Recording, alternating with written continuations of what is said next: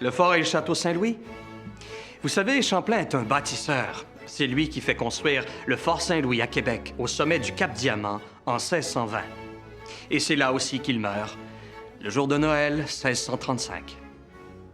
En 1647, craignant constamment l'attaque des Iroquois, Charles Huot de Montmagny, le premier gouverneur de la Nouvelle-France, fait construire le château Saint-Louis sur l'emplacement du fort. Ce bâtiment lui servira à la fois de résidence et de forteresse militaire.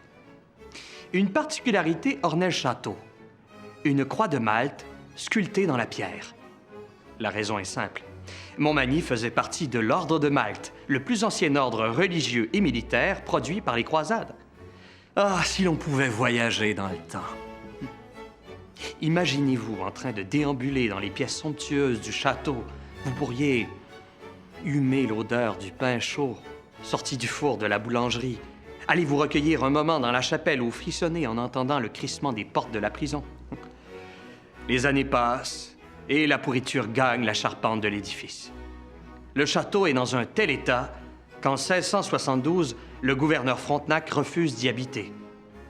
On fait quelques rénovations, mais en 1692, on le démolit pour faire place à un nouveau château qui sera complété en 1723.